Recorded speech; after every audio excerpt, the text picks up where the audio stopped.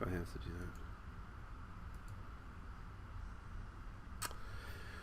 that. Okay, I think we're good to go, folks. As usual, please let me know if you have any kind of audio or video issues, and I'll see what I can do. I can promise nothing, because I'm not really...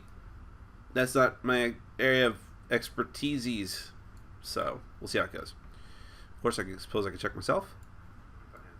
Seems to be okay. Hey, there's me muttering to myself.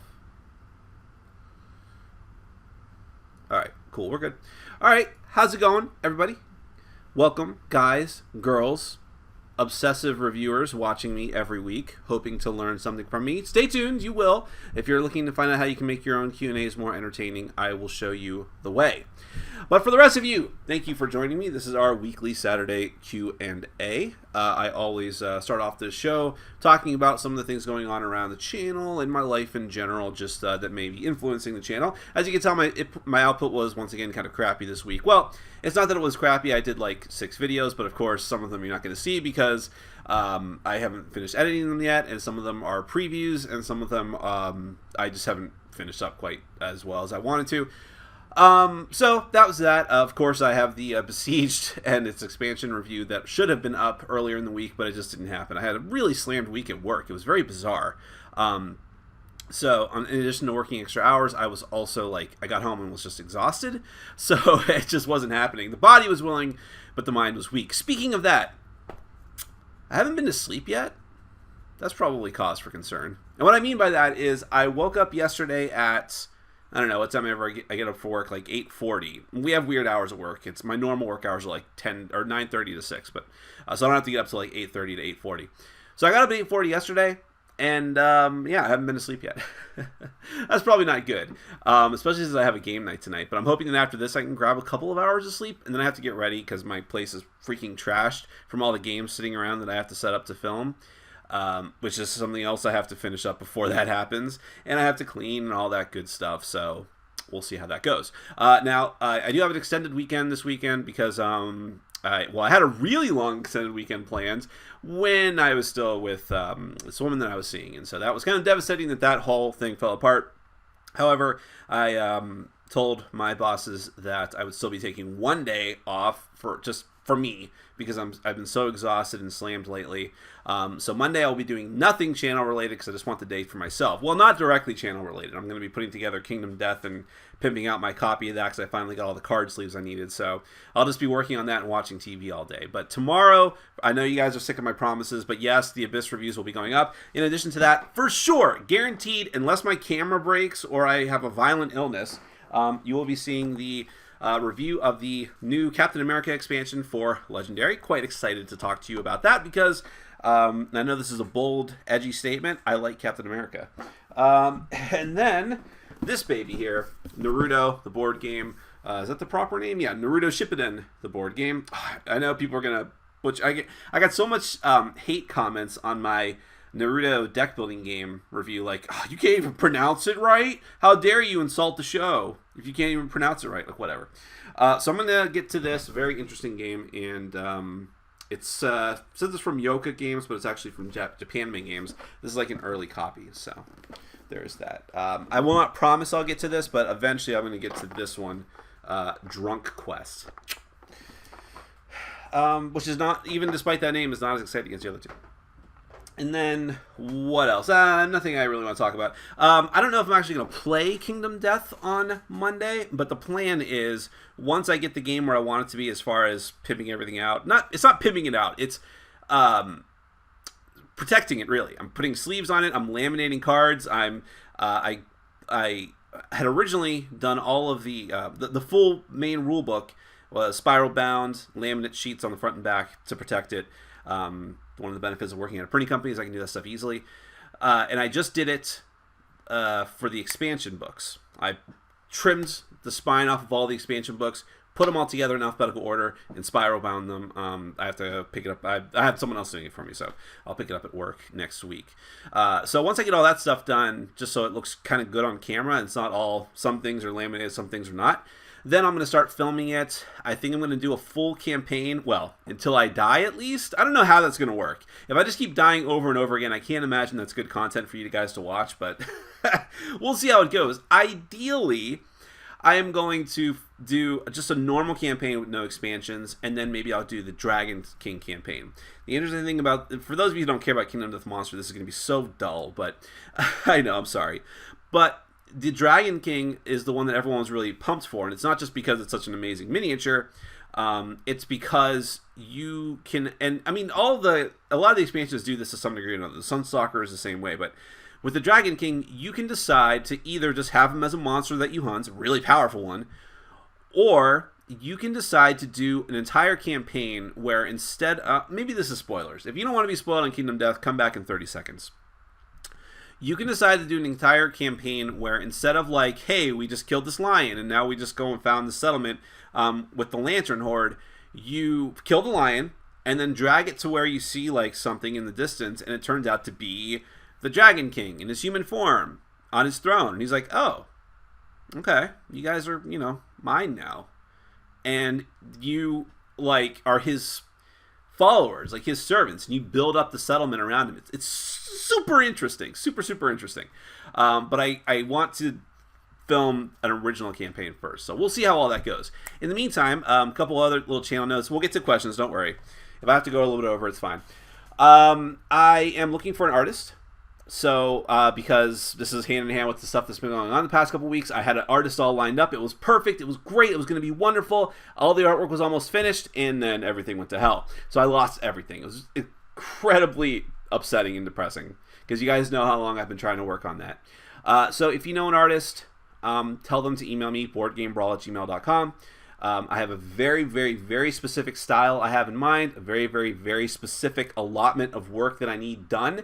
And I understand, I work with graphic designers and artists all day, so I understand the demands. I understand that, I'm very fair with what I pay, and I understand that it's an underappreciated business, so I'm very appreciative of that. Although do be prepared, if you don't meet what I'm looking for, I'll just politely say it's not what I'm looking for. But other than that, please email me, or if you know someone, let them know. Also, back to the Kingdom Death video series I hope to do. I need a name for it. I don't know. It's gonna be me playing solo. Something clever. I don't want something goofy and stupid, but maybe a little bit of goofy and stupid. I don't know. If you can think of something clever, I was thinking Pathways in the Darkness, but that's actually a video game, so I don't want to confuse people. But that's that. So thanks so much for hanging out, guys. I appreciate you putting up with my long intros, which is always a contentious thing on my channel. So let's go to the beginning here.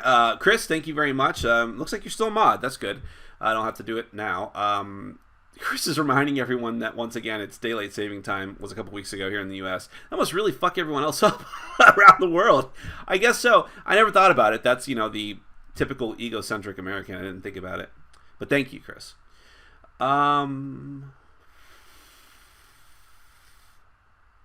Let's see. This is a long question.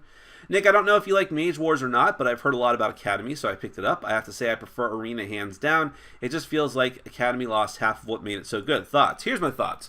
I owned Arena, the original huge box version. I bought it on sale from Tenga. I owned that game for like 2 years and realized I'm never going to play this and got rid of it. Then I bought Arena because I'm like, oh, okay, or I'm sorry, Academy. Like, people, it's a simplified version, and I have like zero desire to play it. I just bought it to buy it, and now I'm like, I just want to get rid of it. So I have no real desire to play it. Maybe I will anyways. So I can't really speak to what you're saying, but I have heard things like that. It seems to be polarizing. Some people think it's the best version of it. What was that? Oh, something just fell off the table. It's like, oh, bug. That's the one thing I'll become girly about if I think a giant bug just landed on me. Some people seem to hate the new version. Some people seem to love it. It seems to be polarizing, so who knows. Reviewers love it.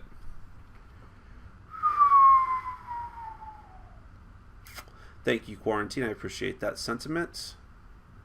Nick, did you also kickstart the Apocrypha game from Lone Shark? Have you tried the print and play cards they sent out? If so, what are your thoughts? Also, how do you think their Kickstarter is going in general? Thanks. I did back that. I'm friends with Mike Selinker on Facebook. He's a good dude, and I read his posts all the time. But I don't know. Maybe at the time, I just didn't feel comfortable asking him for a review copy.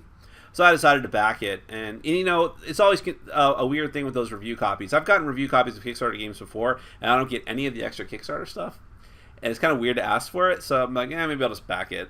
Anyways, you know, and that's good too because sometimes Kickstarter copies go out before review copies, as they should. So that's a good reason for me to do it. So yes, I backed Apocrypha. I am looking forward to it. I still like Pathfinder Adventure card game. Obviously, it made like number 3 on my top 10 solo games list. But I have found that it has become more of a math exercise for me, and the theme is lacking. I'd say that's probably the biggest problem with Pathfinder Adventure card game.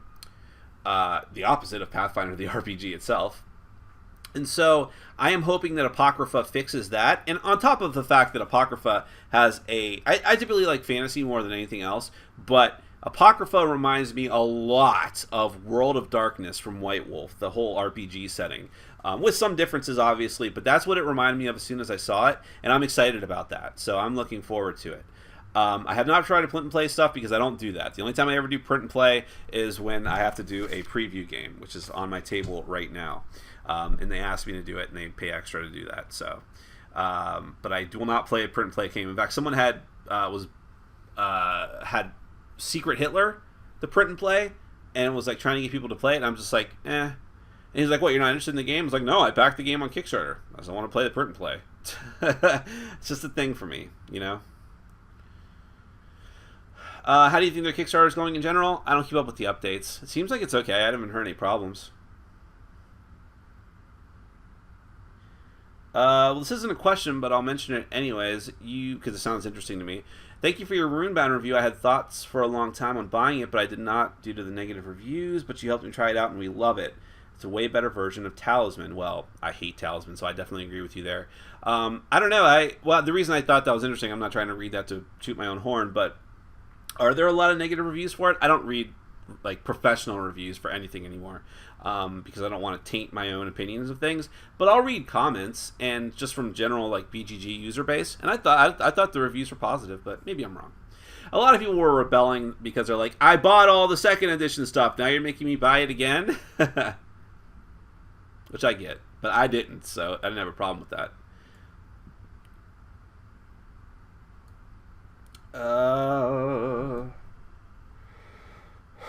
We used to play a lot of Imperial Assault and Descent. I just bought Zombicide Black Plague, and we find it a bit too easy. It's great with many players. Any suggestions to make it harder but balanced? Well, yeah, that's the thing. And I mentioned this it made my solo list, and the reason it made my solo list is because it's easy and simple enough that you don't feel overwhelmed playing it by yourself without help from anybody else. So it's just because the actions are just very basic. I don't know what the workaround is for that. You can make the game more difficult easily, I would say. You just stack the deck with the rougher zombie cards that like put the abomination out there like on the first terror level. That kind of crap. Yeah, there's lots of ways you can just artificially do that. You can institute the old targeting rule, which, you know, everyone was pulling their hair out over. Except for me, I didn't care. Yeah, there's lots of ways you can do that, but it's not going to make the game more complicated. Well, no, you just asked for easy. Okay, fair enough. Yeah, I think there's a lot of little things you can do like that. There's also tons of different scenarios. I think just do the really hard scenarios, make more spawning points. One more spawning point should increase the difficulty pretty significantly. Nick, what's your opinion on the Imperial Assault campaign? I haven't gotten to play it yet, but I've heard that it's not as good as it seems and not very balanced. It's hard for me to judge that or Descent's campaign because I have played several missions from the original Imperial Assault book, the one that comes in the base game. I played a couple of the missions from Twin Shadows, and I played a couple of the missions from Return to Hoth. Enough that I felt I was comfortable to review the components. And that doesn't obviously give me a full picture. It doesn't give me a full picture of the storyline and how epic it may or may not be. And it's certainly not for balance. But I don't... It's a tough thing for me. Those kind of games, like Level 7 Omega Protocol as well, I just don't seem to care about balance as much. I also don't care... I care a little bit. I'm always the Overlord or Overseer or whatever it's called in that particular game. And I do care if they have too easy of a time of it, like rolling over me. But on the other hand... Sorry, I was just testing my audio real quick to make sure it was up. But on the other hand, they're supposed to win, I feel like. I kind of treat it like D&D. I want the story to progress without them getting too frustrated. And so in that regard, I don't care about balance that much. I don't know. Hey Nick, do you use poker chips to replace in-game currency? If yes, what set do you use? I don't. I know I was talking about what I did to Kingdom Death earlier, but again, I'm doing that stuff to Kingdom Death to protect it and make it long-lasting because it's such an expensive game. I don't, other than stuff like that, and like I sleeve Legendary, I don't pimp out any of my games. I don't replace the tokens. I don't replace the coinage. None of that stuff. If there's like a collector's edition of a game, I might buy that, but for instance, I like Stonemaier Games. I like their games. I've never had any inclination to buy their treasure chests because they're fine. I am not criticizing them in any way, shape, or form. And if you want to do that kind of stuff, those things look like an amazing value if they're still in print. He's done like 2 or 3 of them, right? But for me, I just don't have a desire to do it. I'll play the game as they give it to me, unless it is so overwhelmingly annoying. I guess there's been a couple of times maybe I've done something like that, but not that I can think of. Good morning, Nick. Any thoughts on the Daedalus Sentence Kickstarter? Hope you had a solid week. Keep up the good work. Thank you very much, Colin. I glanced at that one. I think that's from Eagle Griffin, right? I don't know enough about it to comment on it. For Kickstarter, for me right now, if I remember, I'll go to Discover Projects and glance through them real quick. If something catches my eye, I'll hit Remind Me and come back to it later. I think I might have done that with that game, but don't even ask me what it's... I know it's sci-fi. That's all I know that I can think of right now.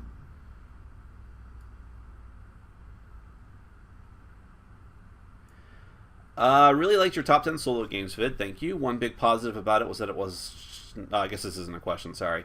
Wasn't just a reiteration of your top 100 or top 10 co-op. Well, I actually kind of felt that it was a little bit a reiteration of my top 10 co-op. I was afraid of that. I might have given more of a weighted grade to games that weren't on that list so that they would be different. This list would be different. Here's a big thing. I'll tell you right now. I had a huge, huge in scope, small game omission from my list that I feel incredibly stupid about. And I didn't even think about it until days after I posted it. Friday from Freedom and Freeze and Rio Grande Games absolutely should have been on that list and should have been high on that list. Maybe even like 4. I don't know why I didn't remember it. Out of sight, out of mind. It just was like whoosh, out of my brain. Out of my brain. And I love that game. It's a great solo game. So I'm sorry about that. But this is why I was saying next year the list is going to be way different. Did World of Yoho get moved back to Purgatory? I know it was mentioned in the State of the Channel address a couple of times. It's not in Purgatory. It's in the to be reviewed pile. So actually, yes. So once I have my little day off on Monday from everything, it's going to be back to business as usual. And hopefully I'm trying to get honestly, I'd like to get 10 reviews done next week. 4 tomorrow for sure that I mentioned earlier, and then try to get 6 more done throughout the week because I don't have that many previews to do. And World of Yoho, if that is the case, if I can keep up that schedule, would be amongst them. Because it's a very interesting game to talk about.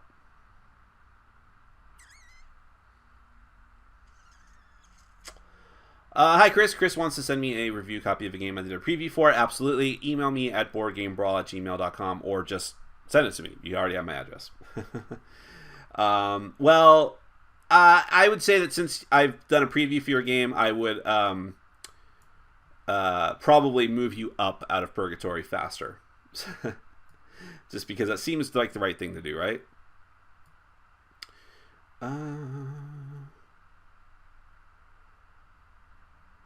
Oh, here we go. I was waiting for this question, honestly. I was kind of surprised it wasn't like the first question. Have you had a chance for Batman vs. Superman, a final verdict? Well, I'm not going to go into... Well, maybe I will. I feel like talking about it. But on Facebook, even though I have a board gaming Facebook, I just decided to post my relatively short review of it. Because I can't... And it just looks like stream of consciousness review because I came back... from watching it Thursday night at I think I got back in the house at 2 a.m. because the movie started later than it should have, 20 minutes late. And I just was like, I gotta talk about this abomination. So there's my review. I thought it was awful. It's watchable, is what I said in my review. If you're so inclined, if you feel like you must. But see, that's the thing. The Onion put up a great story. Onion, of course, is always funny. But they put up a great one that's very poignant and almost is not satire at all. It's almost like reality, which is just... I think the headline for it had a picture of Batman versus Superman, and it just said, let's fucking get this over with. That's how I felt. That's how everyone feels, you know? Listen, this is going to be a polarizing movie. Rotten Tomatoes has it as like a 30-something%, but the users have it. The last time I checked, it was like it's 70-something%. Okay, and I see comments all the time saying, I don't know what these idiot critics are talking about. This movie was amazing. So I get that, and so don't let my review or anyone else's dissuade you, because maybe you're in that percentage of people who can look past the movie's flaws. But I thought it was a disaster. I mean, there's parts that entertained me enough that I can't write it off completely. This is not like, you know... I was just about to say it's not like The Room. The Room has a higher rating on Rotten Tomatoes than this movie. That's funny to me. That is hysterical. So it's watchable, but it's just not... I would almost just say wait for DVD at this point. Well, or whatever. Netflix. No one watches DVDs anymore. I don't even know where to start. I can give you the details. You should probably just go read my Facebook post. But, I mean, it's a huge mess. Nothing makes sense. They cram those Justice League setup scenes in there like they're choking you with them. I mean, the Marvel movies look good by comparison with how they did their universe building. Oh my goodness. The product placement was obnoxious. There's a scene that the only time I genuinely laughed in the movie, the whole theater was silent the whole time. No one was reacting. Everyone was just like checking their watches, okay? That's how dull this movie was. That's the biggest problem with it. But there was a scene where there was a lingering shot of a shampoo bottle, like an Avon bottle, and I laughed out loud. I think I woke up the people next to me. That's how bad. It's like worse than The Walking Dead's product placement, okay? There was a scene where, I don't know, maybe it was Bruce Wayne in a car, and he was driving down the street, and it just lingered on the hood ornament of the car. I'm like... Oh my goodness! This is a big budget Hollywood production. We're not supposed to see the strings. That's the start. That is the start. That is the start of this disaster. Okay, I'm not going to go on. Go and read my Facebook post about it. Oh, and just in case, I don't know if you guys knew this or not. This might be new information for you, and you should probably sit down. If you're standing up for some reason watching this, you should probably sit down for this earth-shattering information I'm about to deliver to you. You ready? Here it goes. Bruce Wayne, Batman's parents, are dead. Not only are they dead, they got killed by a street thug. This movie will remind you of that many times, because you probably didn't know that, right? Okay. That's the last I'll say about it right now. You got me all fired up. Do you like Zombicide, Nick? Is it worth buying? I hate that question. Sorry. No offense to you. The worth buying question is one of the worst questions to answer. It's a perfectly valid question, but I like it. I like Zombicide Black Plague in particular. I got rid of my old Zombicide stuff because the theme was just not working for me. I didn't feel inclined to play it. Black Plague, I do. It just works better for me. And I like either version of the game. It's worth it for me because I like cooperative games. It's worth it for me because the game looks good. I like the theme. I don't mind zombies. I like fantasy in this particular case for Black Plague. And it's just, and I like to play it solo. So all those things work for me. Do any of those things sound appealing to you? Then it might be worth it, but I would encourage you to watch my review. I would encourage you to watch 5 other reviews and read 5 other reviews and then make up your mind. It's got to be my standard rote answer for that question. Nick, what are the top 5 games you are looking forward to this year, and what is your opinion on Scythe? Debating on late pledging it. Well, I think it looks really good. I have not played it, so I can't comment because of the overwhelming generosity and support of my audience through Jamie Stegmeier's cool charity contest that he did last year. I will actually be getting a very early review copy of it. Hopefully, I haven't heard about that in a little bit. And because of that, I pledged for it before I knew that, and so I'll be giving away one of those 2 copies. I'm not sure which one. To you, the audience. One of you will be getting that. So maybe it'll be you, and you won't have to worry about it. No, but I would say don't count on that. There's a lot. I have a surprising amount of viewers who will enter the contest now. So yes, I'm looking forward to it. I can only go off of reputation, right, and also what the game looks like and all that. But Jamie Stegmaier is a great designer. I've enjoyed all of his games to varying degrees, of course, but I think that they're all very good and high quality, and put a lot of thought and effort into them. I do not suspect that Scythe will be any different. We shall see. Where were we? Oh, you also asked what are the top 5 games I'm looking forward to this year. Well, let's go over to Board Game Geek. Since you asked, if you go to my profile, which is a public profile, it's called the Kill Shirt, because I used to like Dexter before it sucked. You will go down to my Hot 10 list, and my Hot 10, since they leave it illy defined, I have deigned that is my top 10 anticipated games, and in fact, it matches up to my top 10 anticipated games list from this year, although I've moved it around because games have actually come out since I put out that list. So the top 5 now, and I'll leave you in suspense for the 6 through 10. You can go see it for yourself. We'll start with number 5 is Scythe. There you go. Number 4 is the only expansion that has not been released from the initial batch for Kingdom Death yet, and that is the Lantern Festival expansion, which is the big one that extends the campaign. Star Wars Rebellion is number 3. Apparently, I'm the only reviewer who doesn't have a copy of that. That's a little frustrating. Number 2 is Tyrants of the Underdark from Wizards of the Coast, which is the D&D chaos and old role type game. And number 1 is Seafall, which was probably not a surprise to most people. So there you go. Oh, what the hell? I'll give you 6 to 10. Are we only 14 minutes into this? No way. The timer's weird, huh? Yeah, I wonder why that is. That's weird. Anyways, maybe I should go and check and make sure everything's still okay, huh? Yeah, oh wow, I have so many questions. Okay. There we go. So yes, my 6 through 10, I'll give you those. Number 10 is Super Dungeon Explorer Legends. Number 9 is Arcadia Quest Inferno. Number 8 is Time Stories Under the Mask, which is the next one. Number 7 is Apocrypha, we mentioned that earlier. And number 6 is The Others 7 Sins. So not a lot of surprises there. That is definitely a Mirror Shrasher's list. Are you a night owl or a morning bird? I'm definitely a night owl, but not by choice. If I had my druthers, like I used to be, I'd be in bed by no later than 11 o'clock and then up by 7 or something like that at the latest. But because of my schedule and because of my channel, I'm just up all hours weird of the night. Like I said before, I haven't been to sleep yet. Look at you all fancy. Lamination, spiral binding, la-di-da. I know, right? Hundreds of thousands of pennies that cost me. Nick, what have been the biggest surprises so far this year? I don't know. I don't know that I've had any major surprises quite yet, because in the post Gen Con, post Essen lull, until those things pick up again, you don't have any like huge major releases. But the last expansion for Time Stories, the last story, was really surprising and pretty amazing. You can watch if you haven't played it yet, you can watch the first half of my review, which is spoiler free. And if you have played it or you don't care, you can watch the second half, which is spoilers. Anything else I was truly shocked by? Maybe Besieged. But what do I mean by that? Well, you'll see.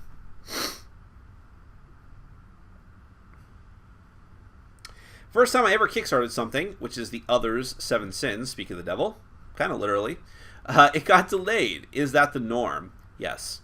A lot of people will say, well, listen, if a Kickstarter is doing what they're supposed to be doing, then there shouldn't be any delays. And if they're honest about it, then there won't be delays. And that's nonsense. I don't know that I have ever had a Kickstarter that was not delayed somehow.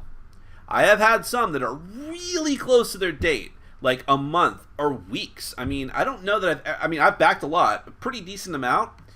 I don't know that any of them have ever been on time or even really that close. At least a month or two off. And I don't care. Because none of this stuff is that set in stone. The only stuff like that is set in stone, like we set a date, it gets produced, or stuff like electronics where there's just iterative versions coming out and they already have the production methods all lined up. Board gaming is such a fractured industry and production method. I mean, just talking about the how the actual components are produced, because you have to go to different companies. Even like I think Panda outsources some of the stuff they have to do. It's really weird and frustrating that, I mean, it's because the hobby is still relatively, as far as games not produced by mass market publishers like Hasbro, it's still relatively in its infancy. Things need to be streamlined. We need more producers of this stuff, and that will start to get the production time down, and, well, not just down, but more predictable.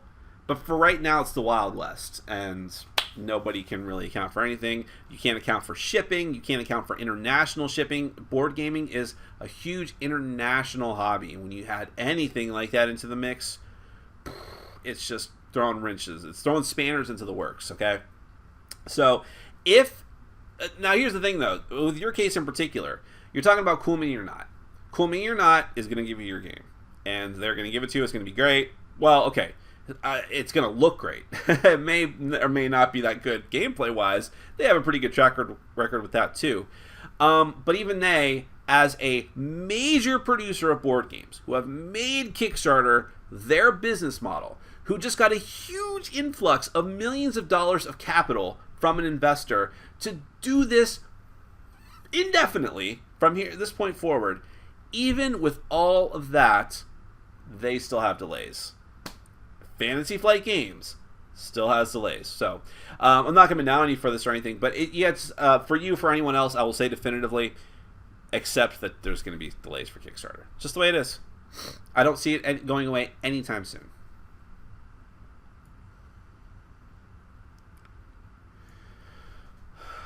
Your thoughts on the European military buildup against, is it ISIS, did you mean to say, in Russia? Well, listen, that part of the world is a powder keg at this point. I'm not a warmongering, fear-mongering Republican. However, the situation's really bad over there. Russia's not making it any better. Putin's got a hard on to go back to the Soviet Union in the worst way. And he's trying. He's trying to consolidate power over there again. And ISIS is just wreaking. They're doing exactly what they want to do when we're letting them do it, which is wreak chaos and havoc. And our stupid politicians over here who can't keep their big mouths shut and condemning an entire religion instead of particular people are fomenting exactly. They're doing exactly, I cannot stress that enough, what ISIS wants to do. But with Europe in particular, I mean, there was news this week that Britain is, by all accounts, eventually going to leave the European Union. And if that happens, oh my gosh, I mean, you don't even know. Everything is going to be thrown into turmoil. And yet, a lot of people can't blame them, because a big problem with it, there's a lot of issues, the currency and all that, but a major issue is refugees. Because if you're a member of the European Union, and you're a refugee who comes and you become, you get some sort of paperwork to get a passport or papers in one European Union country, you're allowed to go to all of them. And Britain has a huge problem with that, because Britain has a lot of, still a lot of isolationist policies, kind of like our parties are starting to try and want to do as well. So whether you think that's right or wrong, and their attitude towards that, that's their reasoning. And if they drop out because of that and many other reasons, it's going to be a very interesting year. And by interesting, I mean shitty.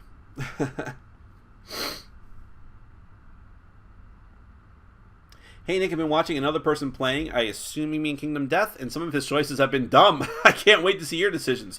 Oh boy, you haven't seen dumb yet, my friend. See, actually, I anticipate that I'm going to hopefully make decisions that I think are just cool and that I want to try out. But I also anticipate making a lot of rules mistakes and getting completely eviscerated for them, because the Kingdom Death community over on Board Game Geek already doesn't like me. There's a few vocal people over there who hate my guts because they hate that I am the one of the few reviewers who's a hardcore board gamer who is talking about the game. There's reviewers on major like entertainment websites and general media websites who talk about the game a lot, who obviously have bigger audiences than I do. But I'm one of the few people amongst these people who are talking about the game, and they hate that. They hate me. So I can't wait for them to rip apart my stuff. Is Millennium Blades by Level 99 Games on your radar at all? Are you excited for it? It's shipping in 2 weeks. That Kickstarter was so confusing. I still don't know exactly what the game is. I feel like they were so desperate to try something new and different that was different than their own game, BattleCon, that they might have gone off the rails a bit, but I'm hoping I'm wrong. I hope it's really interesting, and I will certainly try it, but I'm not, like, super excited for it. What's it like working in a printing company? I think my brother is going down that route soon. Well, I will say that this job I'm working at currently, and for the last 2.5 years now at this point, is very different than how I worked at other printing companies. Other printing companies, I was just factory floor print jockey. And I was I wore a lot of hats. I did whatever people wanted me to do. I'd be running bindery equipment, like big stitching machines, which puts staples in books. Perfect bind machine, like ones that would take up an entire room and did mass produce books at an expedited rate. I would folders, cutters, all that type of stuff. But then they'd be like, Nick, we need another hand on the press today. One of our pressmen called in. So I'd have to go run the big 5-color press, the kind that you stand up on and pour ink into the wells and that kind of stuff. Or load paper, like huge reams of paper. I would do deliveries. One of my jobs, the owner, and that company was like a multi-million-dollar company. And the owner, like I was young. I was like 22 years old. And he was like, Nick, I want you to work personally with me. And I mean, when I say personally, he would have me do shop stuff, but then he'd be like, go pick up my dry cleaning. So this job that I'm at now is desk job, mostly. I do a lot of computer stuff. I do a lot of, I don't make a lot of sales, but I facilitate customers and helping with their sales and things like that. And I do production stuff. I do processing, shipping, ordering, and stuff like that, but it's a mix, and so it's very different for me. And the thing you need to realize is that I'm not like wedded to the printing industry. I don't like love it. It's just something I fell into as soon as I was out of high school. Before I left high school, I was working nights at a printing company, so I've just kept doing it. It's just the way it is.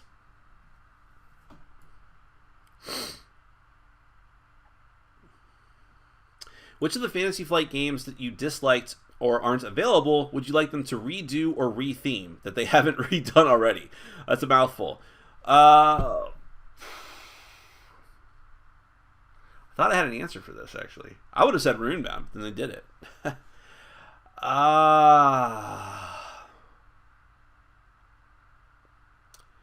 Maybe I'd like now that they couldn't give it away before, but now that Horus Heresy seems to be gone and out of print for good, I'd finally like to try that. Maybe they can redo that and streamline it a bit. But now you have another Horus Heresy game that I need to put together from Games Workshop, so I guess that's not going to happen. I don't know. I'm kind of okay. Some of them I would maybe like to see again, but they're just not going to do because of licensing. Gears of War and Doom. And now we have Descent, so it's kind of pointless. I'm looking at Purgatory, where I do have some Fantasy Flight games. No, I mean, I'm kind of okay right now with their catalog. I think some of the expansions for Mansions of Madness are out of print, which, if I ever get back to that game, will be sad, because I do like that game a lot.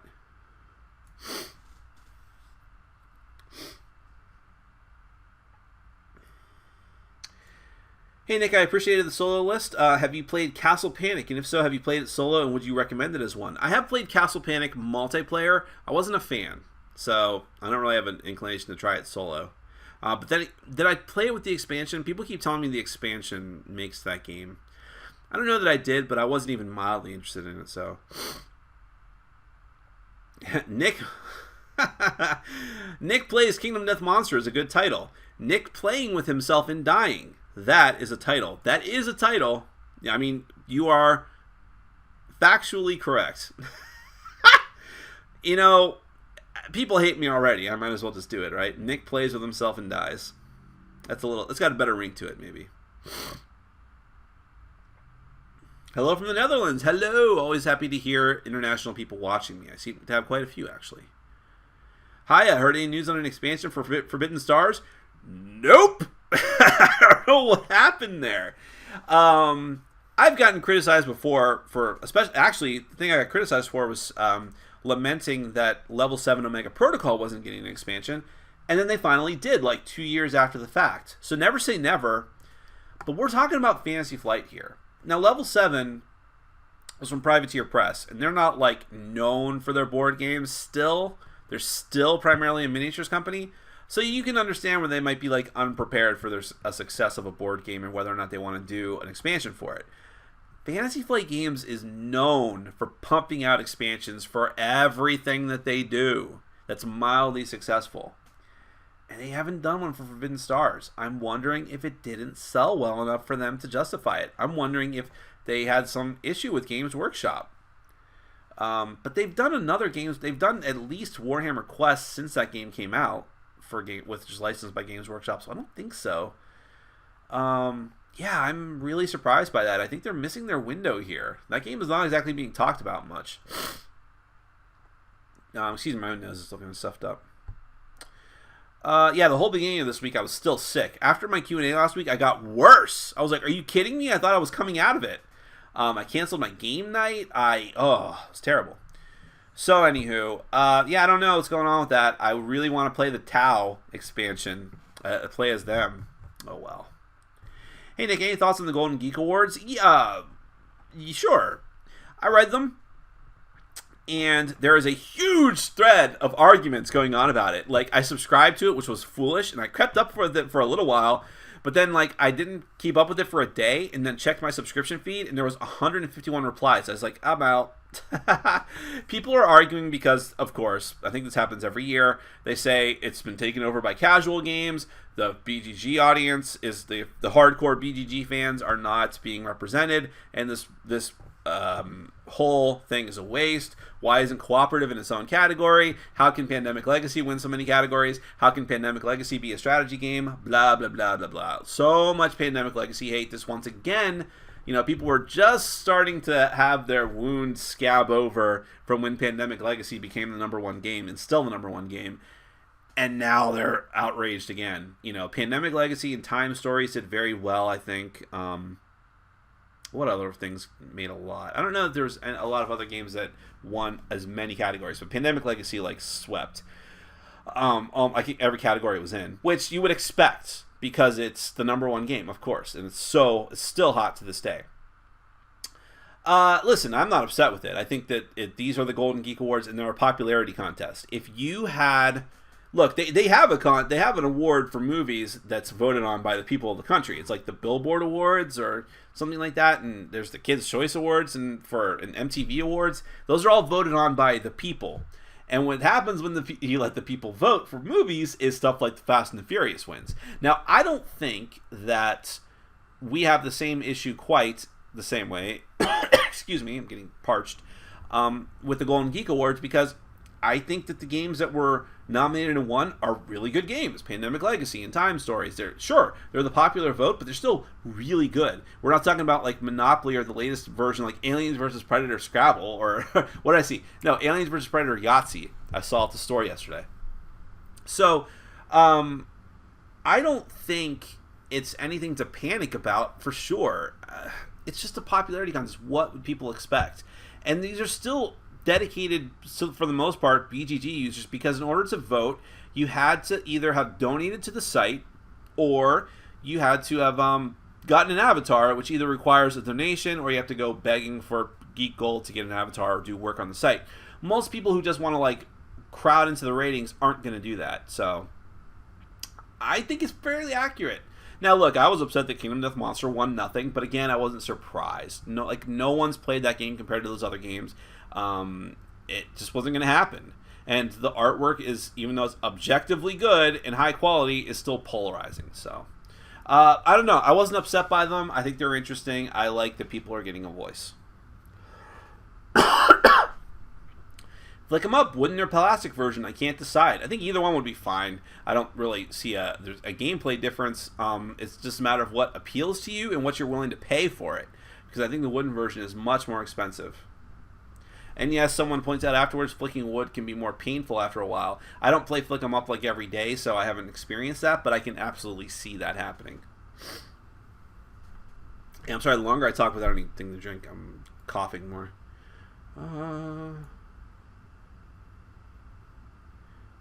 Would you ever date anyone who is politically opposite of your views, even though everything else is perfect, such as the same hobbies, hot looks, etc.? I would have to say I don't think that I could. Listen, I'm not... how do I say this delicately? I'm a single guy, and I'm not looking for a huge commitment right now. So I'm just saying, if I'm not looking for a relationship, that stuff can be glossed over. If I am dating someone long term, and I do, this last person I thought would be long term, it didn't work out that way, and I want to be with this person for a longer period of time, well, then stuff like that matters. And just looking at the cursory stuff like looks isn't as important anymore. Let's see if we can actually hold a conversation. And even if we can, if the conversation is us constantly fighting over politics, that's not going to be very good. And you might say to yourself, well, Nick, why does it have to be like that? Shouldn't you not let politics get in the way? Here's the problem for me. If you want to say that you vehemently disagree with the tax plans of progressives, or if you vehemently disagree about even necessarily maybe foreign policy to a degree, or tort reform, things like that, okay, I'm not going to fall on my sword over that crap, okay? It's important. Income inequality and taxes, all of that stuff is very important, but it's such a nebulous thing, and it's such a hard thing to wrap your head around. If we have a disagreement about it, who cares? But when you use the phrase politically opposite of me, what that means in modern American politics is conservative compared to liberal, or in my case, very progressive, which means you're in your scenario, the other person would probably be pro-life, or I should say anti-choice, and that is not going to happen. Probably anti-gay marriage. That's a deal breaker for me. Everyone deserves the right to get married. So many other things that are just like social issues that the conservatives and Republicans are falling on their sword over. Family values and the police state of the country and how minorities are treated, and the Black Lives Matter movement. All of these things, they're not just political. They are a sign of how you view the world and your fellow man, and that is important. You don't have to agree with me, but if you're going to be on everything, but if we're going to be together long term, that stuff isn't just politics, it's character. And think about like climate change.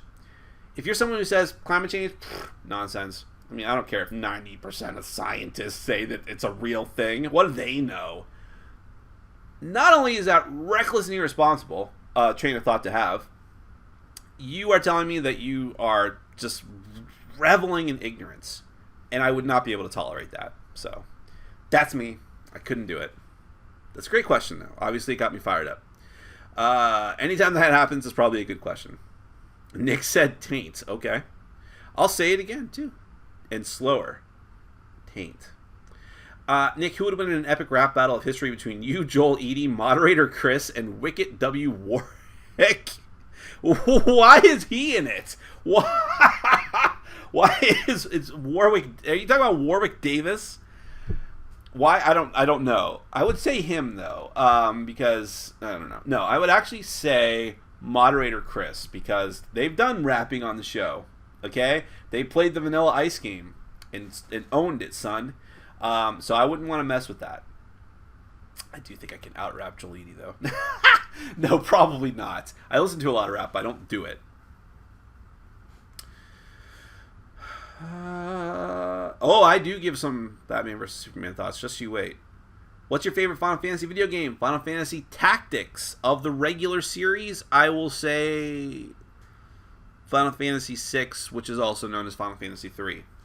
Any thoughts on the long way to Final Fantasy 15? I don't know. I've kind of fallen out of love with that series. The last few were so disappointing. They put out an online game I had no interest in. Final Fantasy 13 was a huge dud. Final Fantasy, they put out 2 other sequels I didn't even bother to play because they also looked stupid.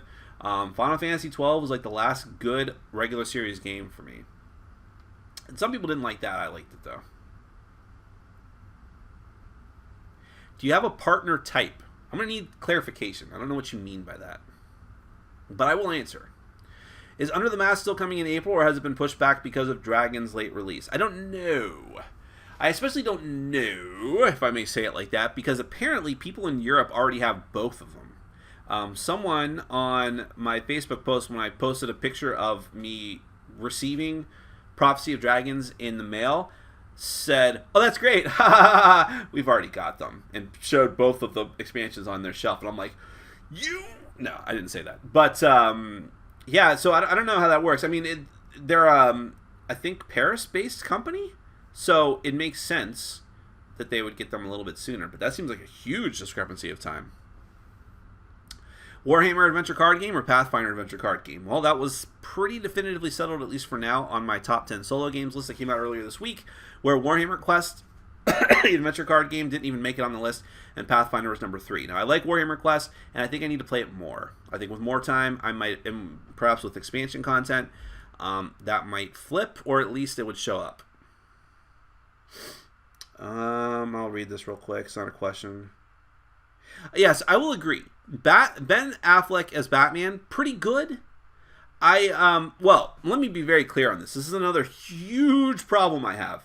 As an actor, as both Bruce Wayne and Batman, he did very well. I'm actually a Ben Affleck fan, especially for the movies that he's directed, like The Town and Gone Girl and Gone Baby Gone. I'm a fan. I think he's a great actor and a good director, and he just seems like a good dude to me. I know he cheated on his wife, but haven't we all? No, okay, that's bad. But I like him. I like him in this movie, and I think that he would make a good Batman from here on out. Everything else around him is garbage, though. Even Superman's fine. Here's my big problem, though.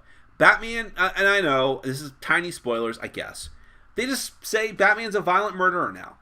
Just murders people, okay? And if you listen to an interview from Zack Snyder, he says, well, he doesn't directly kill anyone. He just throws a grenade or fires his gun in the general direction. And if people die, well, that's just a consequence that's going to happen.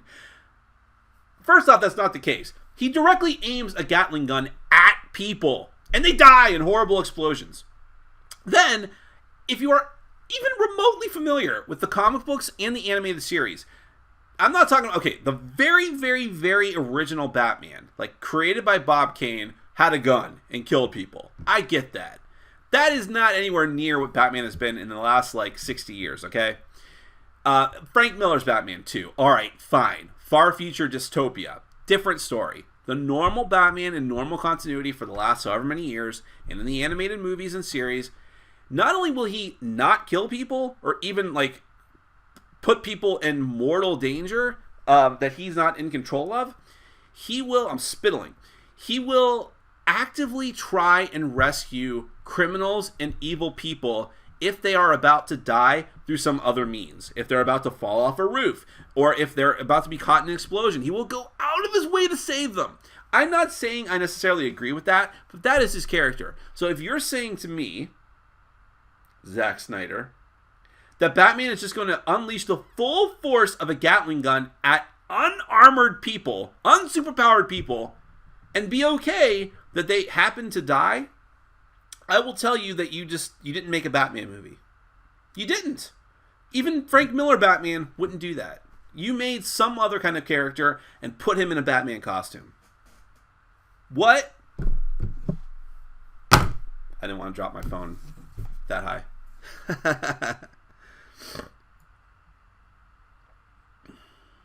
Did you see the Goonies card game on Kickstarter? It's not on Kickstarter? Wasn't that from... Oh, no. I keep getting confused. I embarrassed myself on the blog post about that. I thought it was from IDW, which I was like, oh, it's going to be terrible. Again, I have nothing personal against IDW, but every game they put out is mediocre to bad. But I haven't seen it. I'll take a look. I like the Goonies, but do we need a card game of it? We'll see. Who are those two characters that show up on the end of your videos? Robin asked me once, are they dogs? So what happened was, I had no art for the channel. And not too long before I started the channel, I backed a Kickstarter for a college student's art project. She wanted to make an animated video. She had a story worked out. It was called Welcome to Hell. You can watch the video online, like on Vimeo or something. It's a very crude animation, but it's fun. It's cute, and I like the character designs. So as part of my rewards for backing, I said, I like your art style. Can you make some art for me? So this was before I had a channel, actually. One of the pieces of art was that one, which is just the two characters, Jonathan and Sock, the kid with the hat on his head, who's a ghost. Watch it. Just playing a board game. And that was actually for my meetup group. So it didn't need to be anything, right?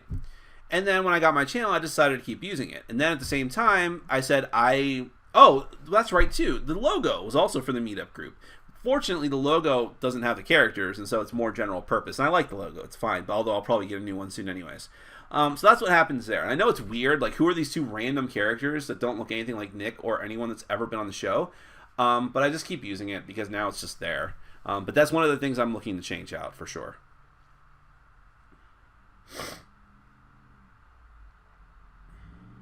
Paulie, I'll tell you I know nothing about this question, but I'll read it anyways. Robin Hobb has been nominated as a guest of honor at this year's Gen Con. She's an author. Two-part question. Have you read any of her books? And which book series would you like to see made into a board game?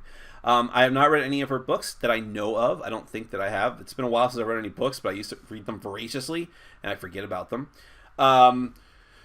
What series would I like to see made into a board game? We don't have any Game of Thrones games yet. That's kind of weird. Oh, wait a minute. I'm sorry. We have 50 of them. How about Star Wars novelizations? We should probably make some board games. Oh, no. We got those, too. I would like to see a novelization. It would make no sense, and it would probably be awful because I don't know how you'd make a board game out of it. But my favorite book trilogy remains His Dark Materials from Philip Pullman. I don't know how you do that. War of Heaven and Hell with weird stuff going on, but do it. Make it happen. We're getting close to the end here, folks.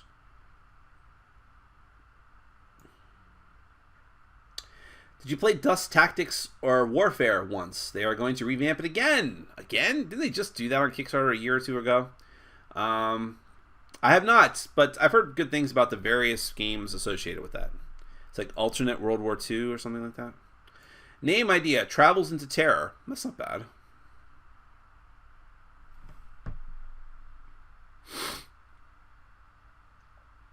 Should people designing co-op dungeon crawls have different mechanisms than the standard ones? Like card-driven action systems a la Gears of War or something similar? Or should they stick to the standard? You can move and attack, roll a d6, you hit on a 5 or more. That's a good question. So I played a couple of games in the last year that took that idea of a dungeon crawling game or an overlord game like Descent and tried to turn it on its head. And I'm not sure that it was as successful as it seemed on paper. But at the same time, I appreciated that they were trying new things. So I think it would be nice to see some differences. Like someone asked me, like, Nick, I can't really afford to get Kingdom Death Monster right now, but there's this modus, what is it? I forget, Priori, something Priority or something like that. A fantasy dungeon crawling game on Kickstarter that I think is cheaper and will be a good replacement. And I said, that's fine. It doesn't look like a replacement to me. It looks like a copy of Hero Quest again, and we have a lot of those. That's what I'm disappointed in. You can do the same thing, but make it look different. You can do a unique theme. You can change some small things around. You can make a game feel very significantly different but still have the same style of gameplay. Forbidden Stars is a great example of that. There's a lot of like 4X or like just, dudes or ships on a map fighting each other out, but their combat system is so unique, whereas everything else kind of felt samey. Also, the order mechanism is great. So yeah, I would like them to change some things around. I do think dice are just an essential part of a dungeon experience at this point. I don't know how you get around that, but I'm not a designer. So take that and run with it, designers. My ideas. My half-ass ideas. Someone else asked about level 99 earlier. I talked about it at length. Dead of Winter expansion sound interesting? Sure does. I love Dead of Winter, and I can't wait for more content for it. On even a base level, that's why I'm interested. Yeah, okay. I told you some people like Batman vs. Superman. I knew it. What game is most underrated? Does not get enough love. Mine is Belfort. I own Belfort and haven't played it yet. It's in purgatory. A lot of people have told me if I don't like Tasty Minstrel in general, that's the game that will change my mind. But for me, what is the most underrated? There's a lot. I have a lot of dark horses on my list all the time. Shinobi Wata, I wish got more love.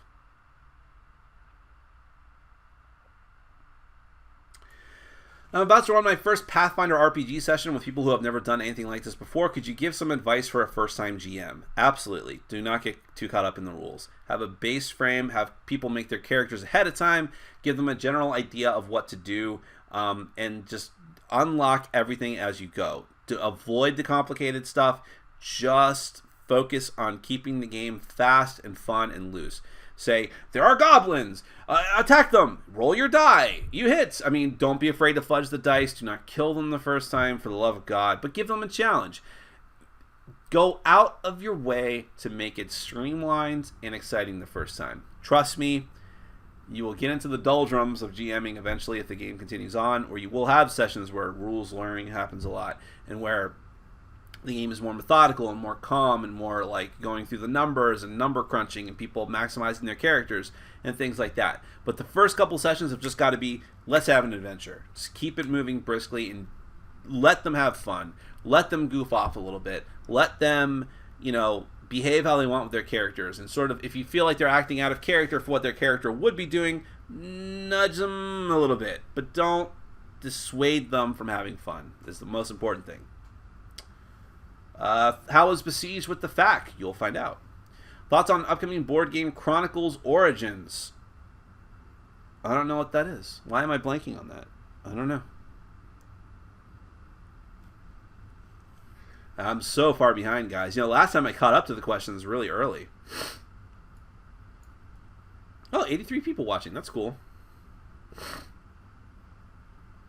Arcadia Quest seems to have replaced Super Dungeon Explorer for a lot of reviewers. Why is that? I don't know, because they're very different.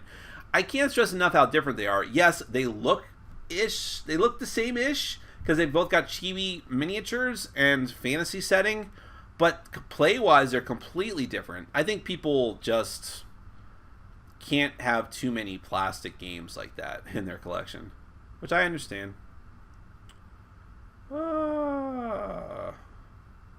How many projects have you backed on Kickstarter? It's been, is it close to 200 now? Something.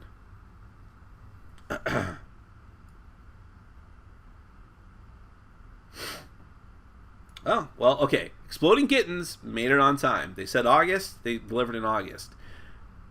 I suppose the trade-off is that it's terrible. Who needs a grim Superman? Zack Snyder does.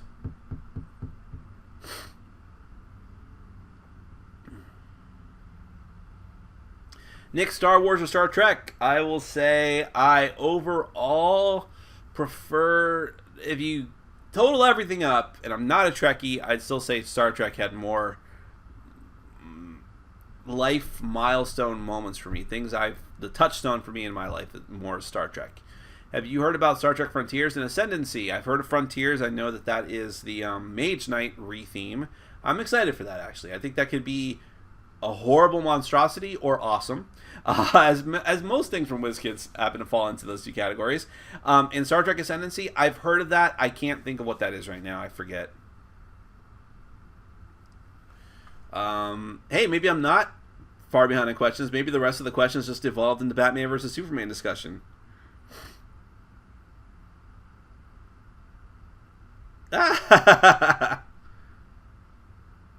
Hello from exotic Ohio. Oh yes, for sure. It's exotic up there. If I think the Kingdom Death Settlement phase sounds dull, how dare you? Would I be better off getting a game like Shadows of Brimstone? The showdown sounds amazing, but I worry. Well, I do think that the settlement phase for Shadows of Brimstone is way more in-depth. I mean, you go back to town, and there's all these town events. You decide to go to different shops, which you do some of that in Settlement Event. That's why I like it, but and now I think the newest expansion, or one that's coming out soon for Shadows of Brimstone, offers even more stuff. Like, you can actually go on side adventures during the town phase. So yeah, if that's a concern for you, maybe Shadows of Brimstone is a better way to go for you. For me, baby, I want the whole package.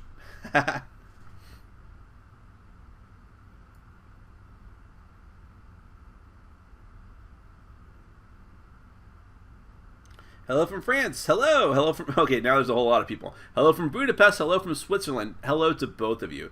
And may we have kind thoughts in your head, as much as that matters, for what happened in Brussels this week. I didn't even mention that before. I should have mentioned that in my European discussion. I don't know why I didn't. But I talked about it in general, but yeah, it was horrible. What about the new Star Trek Panic? I think I'd be less interested in that based on how bad the rethemed Star Trek games have been lately. Nick, I know it's early, but do you have any plans to attend Gen Con this year? I do not. I would not count on it for sure. I have no interest. I'm going to be just totally upfront and honest about this because people ask me all the time, and I feel especially like designers and publishers say, Nick, I'd love to shake your hand and meet you at Gen Con and stuff like that. I just have no interest in it. Like, I would go for the channel, but even then, I have some friends who will schlep back some games for me. It's kind of a pain. I don't want to put them through that, but they'll do it for me. There's a few publishers who will send me early copies of games that come out there. So I'm not as panicked about that as I used to be. It would still be worthwhile for me to go up there and shake a few hands and have a drink with a few people. I would love to meet some fans and love to meet some friends that I have made in the industry. I have dreadfully few of them. But and people I've other people in media like the Flip the Table crew. I think are they there? Have they ever been there? I don't know. But just other people I've met through board gaming in general.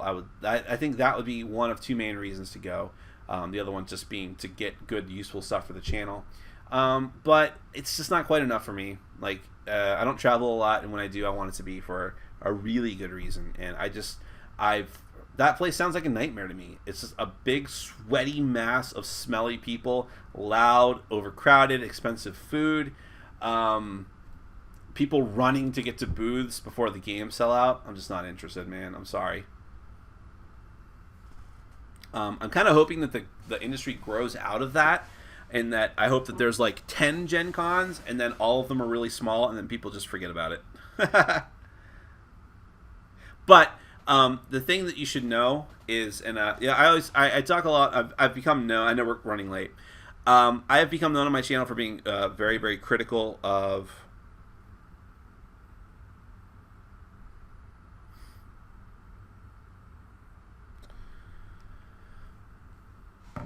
Sorry, I got extremely distracted by something.